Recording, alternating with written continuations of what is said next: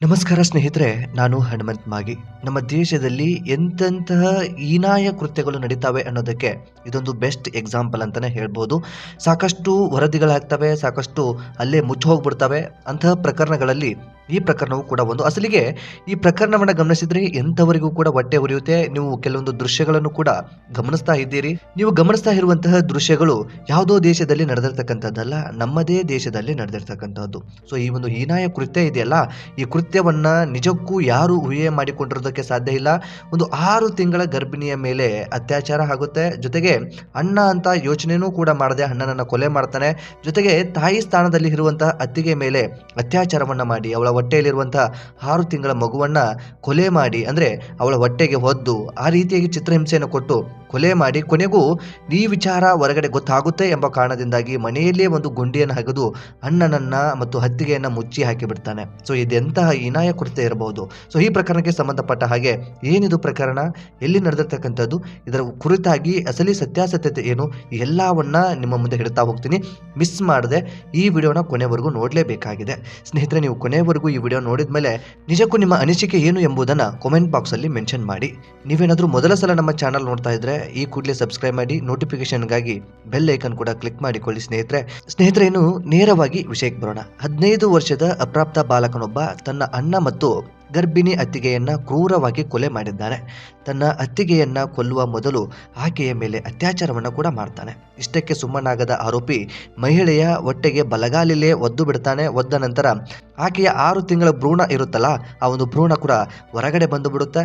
ಈ ಘಟನೆ ಅಕ್ಟೋಬರ್ 16ರಂದು ನಡೆದು ಹೋಗಿರುತ್ತೆ. ಆದರೆ ತಡವಾಗಿ ಅಕ್ಟೋಬರ್ 31ರಂದು ಈ ಒಂದು ಘಟನೆ ಬೆಳಕಿಗೆ ಬಂದಿರುತ್ತೆ. ಹೇಗೆ ಬೆಳಕಿಗೆ ಬರೋದಕ್ಕೆ ಸಾಧ್ಯ ಆಯಿತು, ಏನಿದು ಅಂತ ಗಮನಿಸೋದಾದ್ರೆ, ಆರೋಪಿಯು ತನ್ನ ಸಹೋದರ ಮತ್ತು ಅತ್ತಿಗೆಯ ಶವವನ್ನ ಮನೆಯಲ್ಲಿ ಬೆತ್ತಲೆಯಾಗಿ ಊತ ಬಿಟ್ಟಿರ್ತಾನೆ. ಕೊಲೆ ಮಾಡಿದ ನಂತರ ಆರೋಪಿ ಅವರ ಬಟ್ಟೆಗಳಿಗೆ ಬೆಂಕಿ ಹಚ್ಚಿ ರಕ್ತದ ಕಲೆಗಳನ್ನು ಸ್ವಚ್ಛಗೊಳಿಸಿರ್ತಾನೆ. ಆರೋಪಿಗೆ ಆತನ ಅಣ್ಣ ಮತ್ತು ಅತ್ತಿಗೆಯ ಶವವನ್ನ ಮನೆಯಲ್ಲಿ ಹೂಳಲು ಆರೋಪಿಯ ತಾಯಿ ಕೂಡ ಸಹಾಯ ಮಾಡಿಬಿಟ್ಟಿರ್ತಾಳೆ.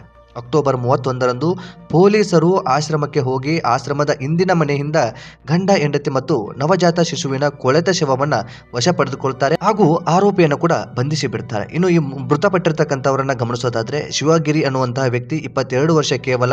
ಅವಳ ಹೆಂಡತಿ ಅಂದ್ರೆ ಮೃತಪಟ್ಟಿರ್ತಕ್ಕಂಥ ಹೆಣ್ಣು ಮಗಳು ಕಾಂಚನ ಅಂತ 19 ವರ್ಷದ ಯುವತಿ. ಆಗಷ್ಟೇ ಮದುವೆ ಆಗಿರ್ತಾರೆ, ಮೊದಲ ಪ್ರೆಗ್ನೆನ್ಸಿಯಲ್ಲಿ ಇರ್ತಾಳೆ.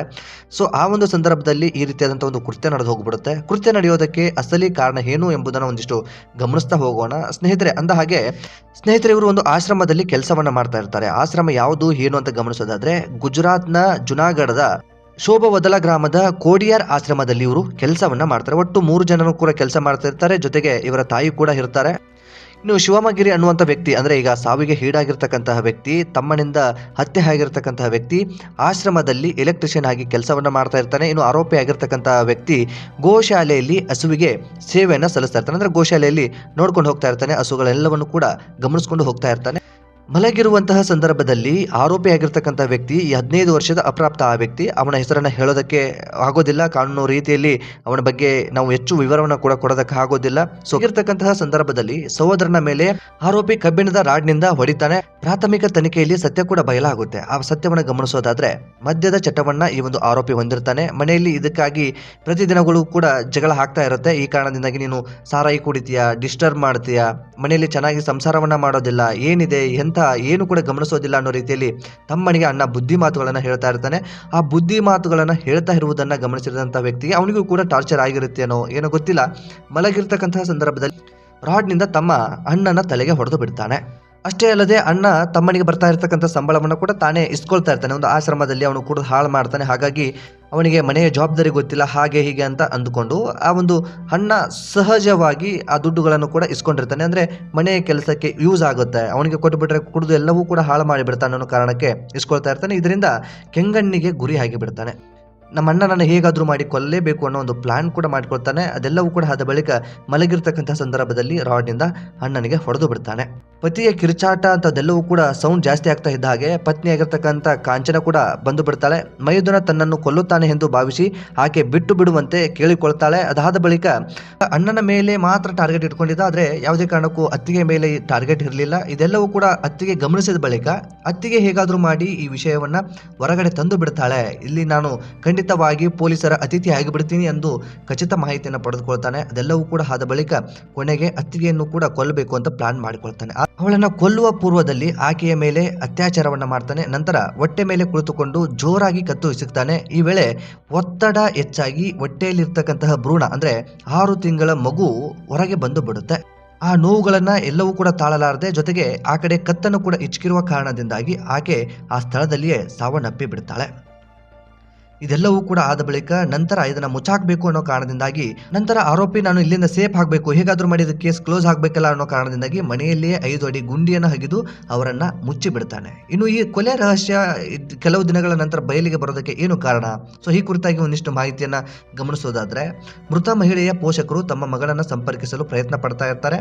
ದೀಪಾವಳಿಯ ಸಮಯದಲ್ಲಿ ಮಗಳನ್ನ ಸಂಪರ್ಕಿಸಲು ಸಾಧ್ಯವಾಗದಿದ್ದಾಗ ಅನುಮಾನಗೊಂಡಿರ್ತಕ್ಕಂತಹ ಪೋಷಕರು ಅಳಿಯನಿಗೂ ಕೂಡ ಫೋನ್ ಮಾಡ್ತಾರೆ. ಆದ್ರೆ ಅಳಿಯನು ಕೂಡ ಸಂಪರ್ಕಕ್ಕೆ ಸಿಗೋದಿಲ್ಲ. ಕೊನೆಗೆ ಅಳಿಯನ ತಾಯಿಗೂ ಕೂಡ ಕರೆ ಮಾಡ್ತಾರೆ. ಆಗ ಅವರ ತಾಯಿ ಕರೆಯನ್ನು ಸ್ವೀಕಾರ ಮಾಡಿ ಉತ್ತರಿಸ್ತಾರೆ.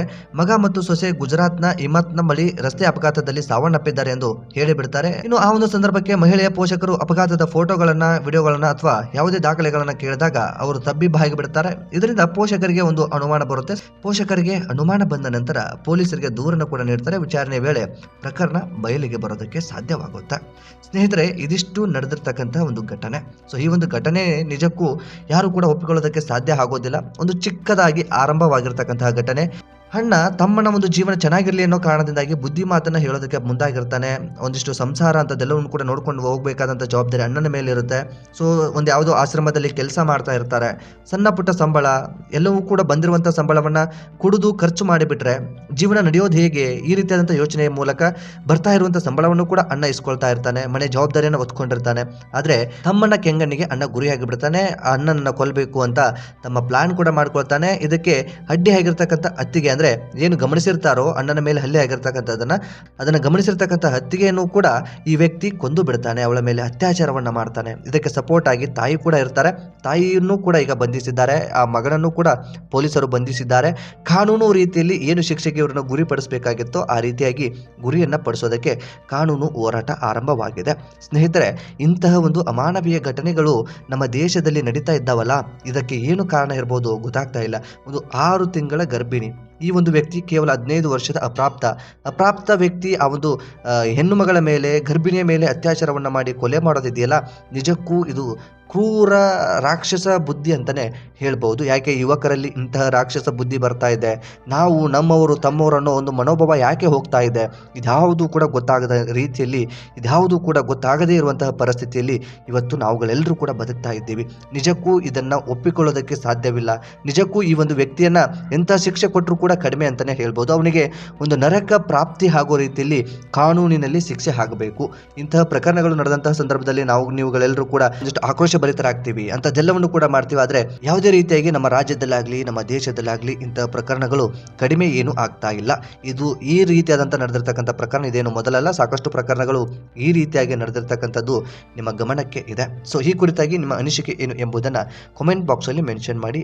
ಈ ವಿಡಿಯೋನ ನಿಮ್ಮ ಫ್ರೆಂಡ್ಸ್ಗೂ ಕೂಡ ಶೇರ್ ಮಾಡಿ, ಅವರಿಗೂ ಕೂಡ ಮಾಹಿತಿ ತಲುಪಲಿ. ನೀವೇನಾದರೂ ಸಬ್ಸ್ಕ್ರೈಬ್ ಮಾಡಿಕೊಳ್ಳದೆ ವಿಡಿಯೋ ನೋಡ್ತಾ ಇದ್ರೆ ಈ ಕೂಡಲೇ ನಮ್ಮ ಚಾನಲ್ನ ಸಬ್ಸ್ಕ್ರೈಬ್ ಮಾಡಿ. ಹೆಚ್ಚಿನ ವಿಡಿಯೋಗಳಿಗಾಗಿ ನೋಟಿಫಿಕೇಶನ್ ಬೆಲ್ ಐಕನ್ ಕೂಡ ಕ್ಲಿಕ್ ಮಾಡಿಕೊಳ್ಳಿ. ಮತ್ತೆ ಮುಂದಿನ ವಿಡಿಯೋದಲ್ಲಿ ಸಿಗೋಣ ಸ್ನೇಹಿತರೆ. ನಮಸ್ಕಾರ.